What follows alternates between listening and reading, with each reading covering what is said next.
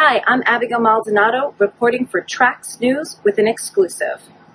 In the 24 hours before Eric Christopher Ruffin turned himself in to Oklahoma County, he took time to share his story with us, as well as what he stands for in the wake of protests that not only occurred in his city, but have swept our nation.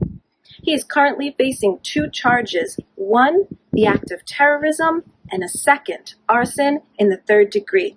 Here's what he had to say.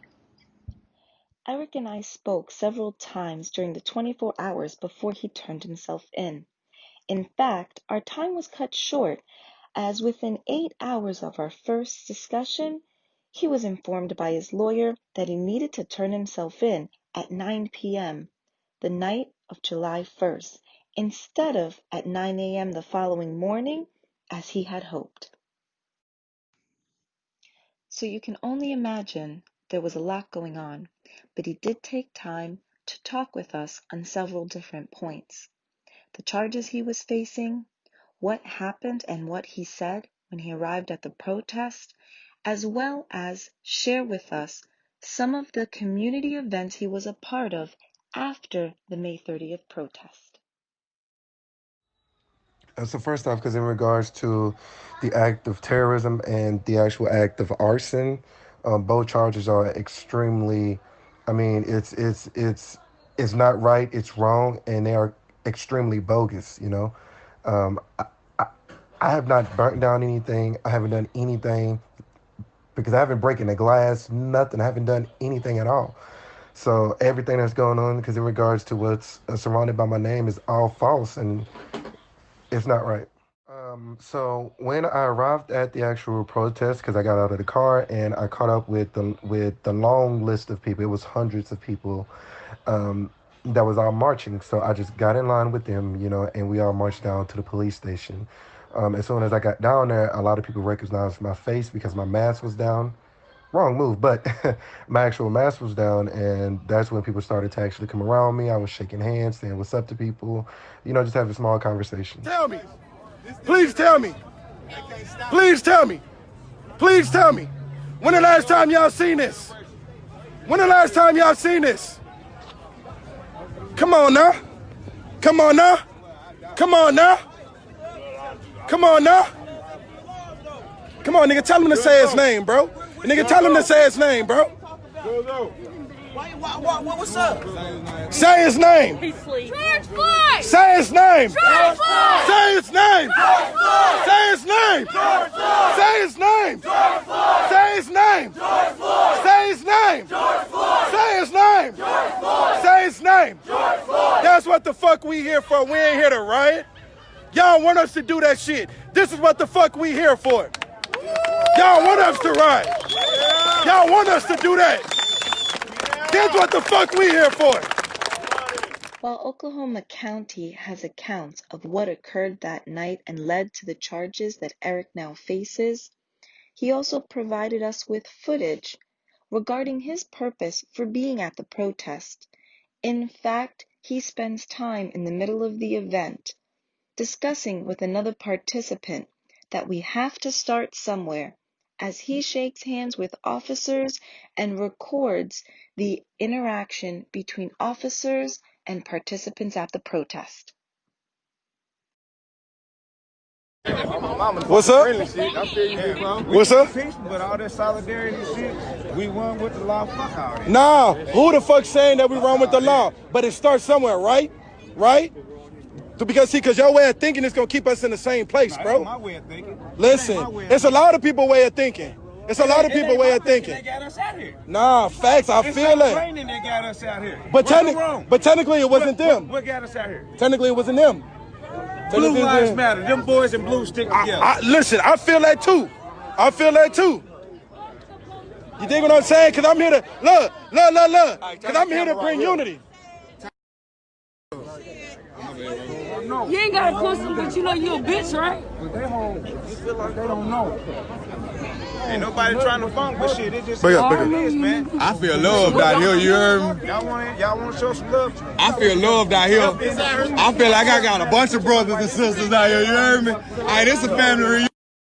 shit. That's how we solve all this shit. Big systematic system, white supremacy. Ain't nobody talking about this shit. We've been marching whole hands about this shit. Fucking decades. Goddamn one. The last one. This the last one. We did it. This the last one. Nigga. Last one. That shit feel good, boy. Alright. That shit feel good, boy. That shit feel good. Okay, so listen. I don't give a fuck how nobody feel, because I'm shaking their hand, because we got to start somewhere. You feel me? You feel me? You feel me? Hey, sure. I want y'all to hear that and be safe, man. It's for the future. It's a start. Come on, y'all leave that peace, bro. That peace right here is men, bro. I love everybody out here. Come on, let's go, though. I feel it, kids. Hold on.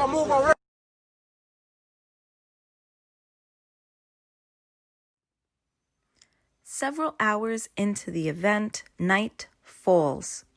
Footage from the protest provided to us by Eric shows individuals looting. A voice is heard in the background calling for lighter. And in another video, you can clearly hear Eric as he is filming, trying to avoid an altercation during the evening of the protest. Fuck DJ! We need a lighter! No, black man, don't do it! Don't do it! Don't do it! Don't do it! Don't do it! Don't do it! Don't do it!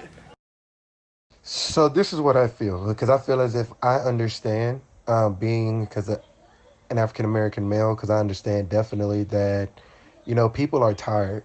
But like I said before, this isn't a white and black thing. This, the problem is about the system.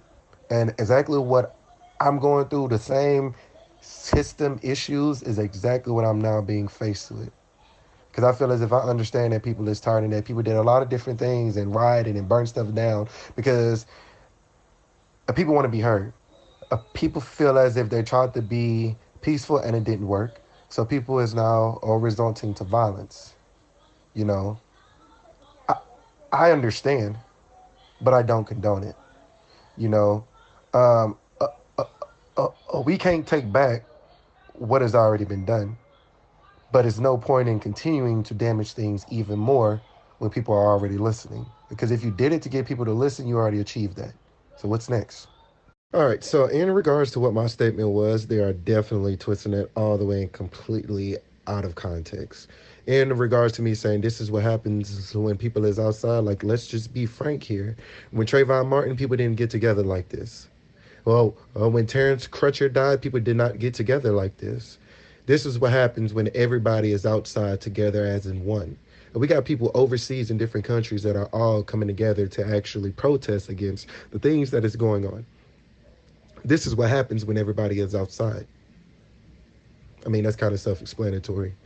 In regards to these officers, like, let's be honest. You know, because if it was because a person of color doing that to somebody else, they would probably be sentenced to a needle. They would probably die and rot in prison.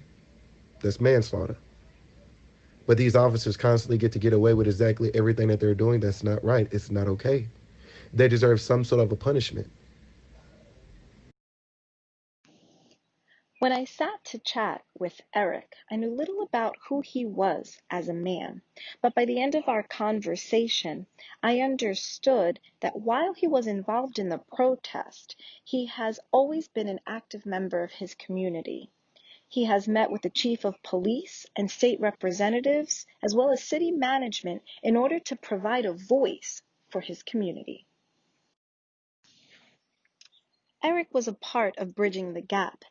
He was involved in a panel of 30 youth that met at a local high school in Oklahoma in order to present the issues and concerns that face their generation. Apart from that, he was involved in rallying youth within his community to register to vote.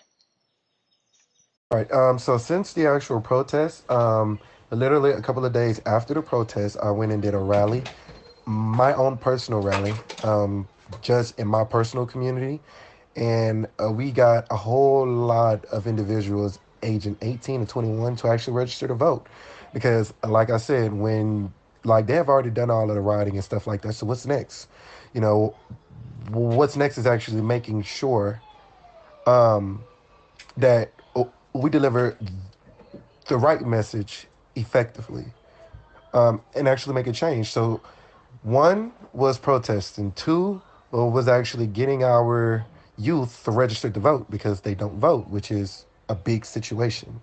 Number three is that I had a meeting with the chief of police, um, the city management, our state representative, and our former senator, as well as some lieutenants and things of that sort.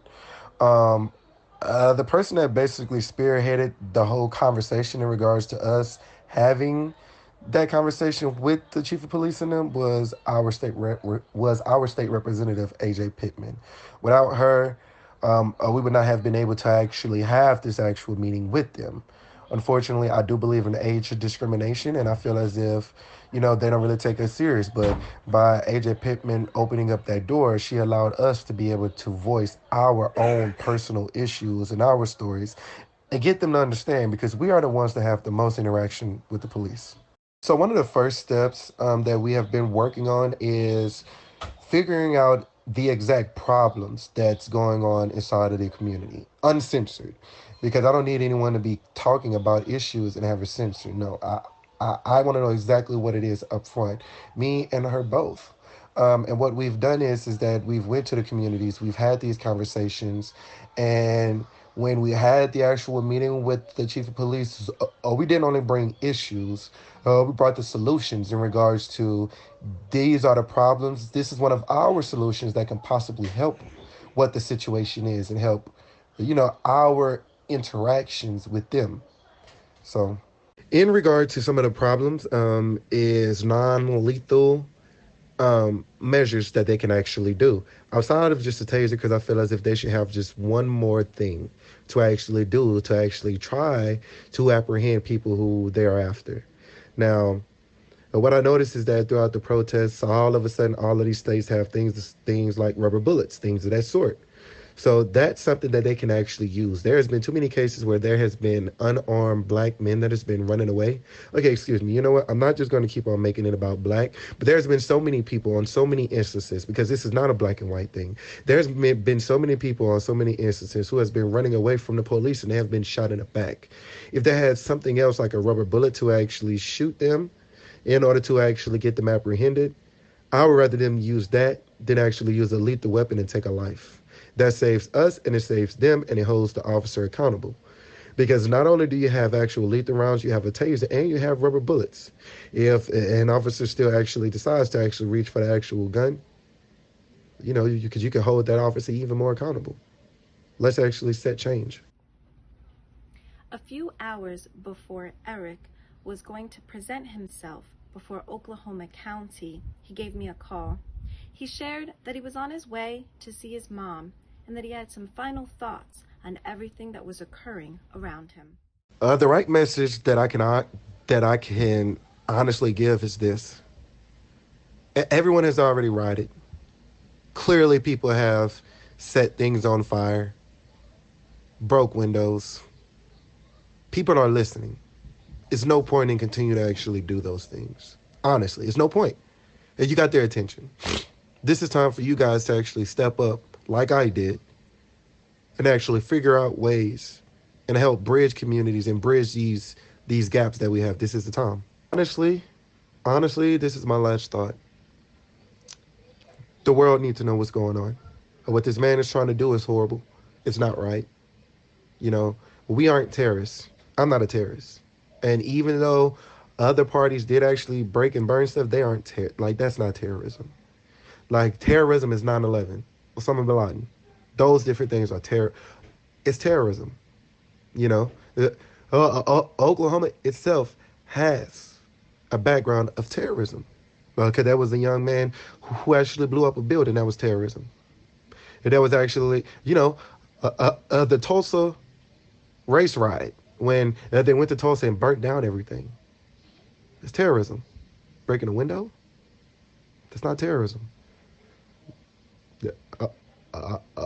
We need the help of not only people because in Oklahoma, but people everywhere, people all over, because they're trying to do this. And if we let Oklahoma get away with it, other states is going to feel as if they can do that too. In a time of heightened awareness and tension, some of us have taken to the streets, and others have protested in silence. Eric, he did both. And while we aren't flooded with as much imagery and commentary around those silent protesters, they are there. Collectively, we need to take this opportunity to embrace the conversation and work towards a resolution. As Eric said, we have to start somewhere. I'm Abigail Maldonado, reporting for Trax News.